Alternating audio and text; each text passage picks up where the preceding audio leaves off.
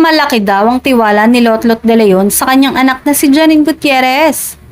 Wala si Lotlot sa nakaraang media ko na pinagbibidahan ng anak na si Janine nang umamin sila ni Jericho na nasa dating stage na sila. Alam mo naman ako, hindi ako nagtatanong sa anak ko. Basta enjoy niya lang ang nangyayari sa kanya at kung happy siya, masaya naman ako. Saad ni Lotlot nang makausap ng isang source.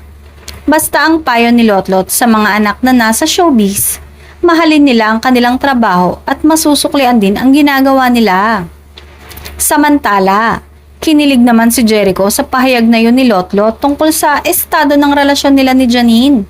At sinabi din ng aktor na napaka-sweet daw ng mama ni Janine na tila pinagkakatiwalaan siya.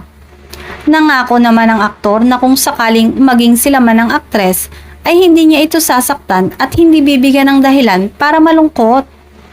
Mukha ngang malabo na magtagal sila sa dating stage dahil ayon sa ikinikilos ni Janine, ay willing siyang ibigay ang matamis niyang oo sa aktor at mukhang hindi na yun magtatagal. Kaya sa Ekonin fans, abang-abang na lang at malapit na.